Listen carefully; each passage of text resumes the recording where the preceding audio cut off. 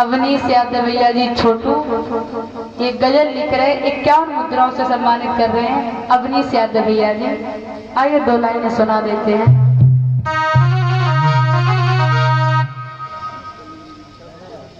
और ये 51 मुद्राएं ऋषभ यादव को गजल सुनाते हैं विनोद फौजी।